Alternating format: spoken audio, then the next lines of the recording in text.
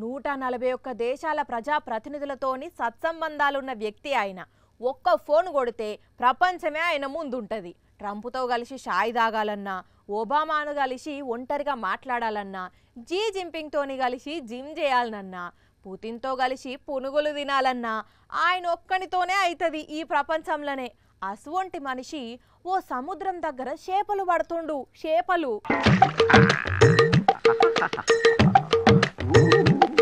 అగో మన కేపాల్ సారే నెత్తికి రుమాలు చుట్టిండు, వీపుకు చేపల బుట్టేసుకున్నాడు, బనీని మీదనే ఉండి చేతుల వల పట్టుకొని చేపలు పట్టేదందుకు సిద్ధమైండుగా.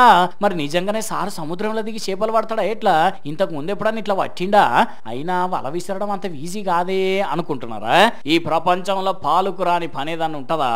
ఎంతో మందిని వలేసి పట్టిన పాలుకి ఇదో లెక్క కాదు, కానీ ఇది చేపలు పట్టే ముచ్చటేం కాదులేండి. ఈ ఎన్నికల్లో పాలుగారు పోటీ చేస్తున్నారు కదా, అందులో భాగంగా ప్రచారం చేసేదందుకని విశాఖ సముద్ర తీరంకు పోయి కుండ గుర్తుకు ఓటేయాలని కుండ బద్దలు కొట్టి చెప్తున్నాడు. మరి పాలను గెలిపిస్తే ఇంటికో చెరువు కట్టించి అందులోనే చేపలు పెంచుకునేటట్టు చేపిస్తానని హామీ ఇస్తాడు కావచ్చు. ఎందుకంటే సారు వారికి 141 దేశాల ప్రజాప్రతినిధులతోనే సత్సంబంధాలు ఉన్నాయి కాబట్టి అదేం పెద్ద మ్యాటర్ కాదు.